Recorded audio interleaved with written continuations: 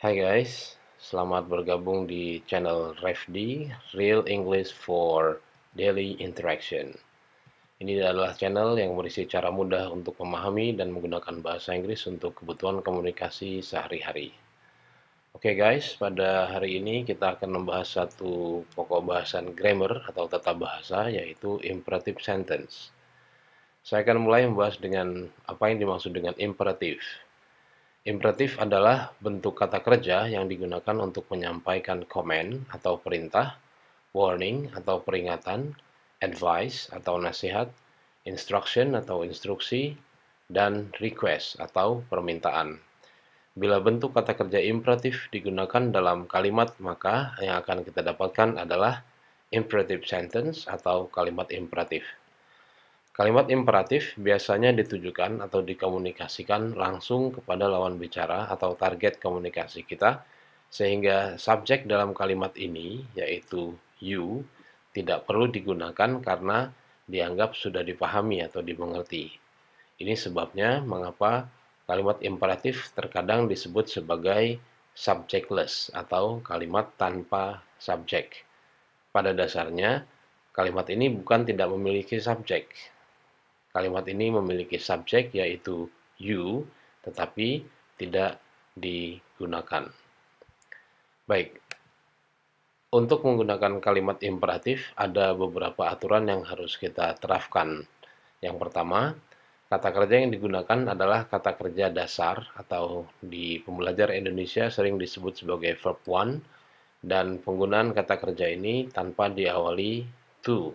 Jadi langsung menggunakan kata kerja. Contoh, stay at home, wash your hands, be careful, sit down. Jadi, pada contoh-contoh kalimat di atas, kita bisa lihat penggunaannya adalah penggunaan kata kerja bentuk pertama, stay, wash, be, sit down, dan yang terakhir, come here. Selanjutnya, kalimat imperatif adalah juga untuk menyampaikan ide yang berupa kata sifat, kata benda, atau keterangan, dan untuk itu kita akan menggunakan kata bantu be. Misalnya, be careful, be my hero, be a good boy, be at home before 10.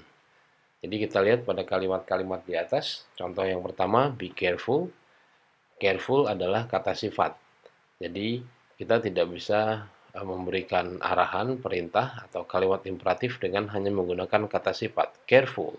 Tapi kita harus mengawali dengan be careful, dan seterusnya. Oke, selanjutnya aturan penggunaan seperti yang sudah kita bahas tadi adalah kalimat ini tidak lagi menggunakan subjek you karena dianggap tidak efisien. Ya. Hal ini disebabkan karena kalimat ini sudah jelas ditujukan langsung kepada lawan bicara kita. Jadi untuk kalimat you shut the window, maka untuk imperatif kita cukup menggunakan shut the window. Atau selanjutnya, study at home, open the door, give me a hand, say no to drugs. Jadi sekali lagi penggunaan subjek you pada kalimat imperatif tidak perlu dituliskan atau digunakan. Baik, untuk penggunaan kalimat negatif yang biasanya digunakan untuk menyampaikan satu larangan, maka kita dapat menggunakan don't atau do not di depan kata kerja. Contoh, don't go away, don't litter, don't forget me, don't be lazy, don't be stupid. Selanjutnya, kita akan lihat beberapa contoh kalimat yang saya susun berdasarkan fungsinya. Yang pertama, contoh kalimat perintah atau command. Wake up now. Get out of here. Shut up. Untuk kalimat yang berbentuk peringatan atau warning, kita lihat contohnya. Watch out. Be silent, please. Don't disturb me. Don't touch that button. Imperatif juga digunakan untuk memberikan saran, misalnya, don't be panic, do not eat too much, take enough rest at home. Atau juga untuk memberikan instruction atau petunjuk, misalnya, get out through that door, turn left, go straight ahead, take medicine after meal. Kalimat ini juga digunakan untuk menyampaikan permintaan, misalnya, please don't leave me alone. Come to my party, please.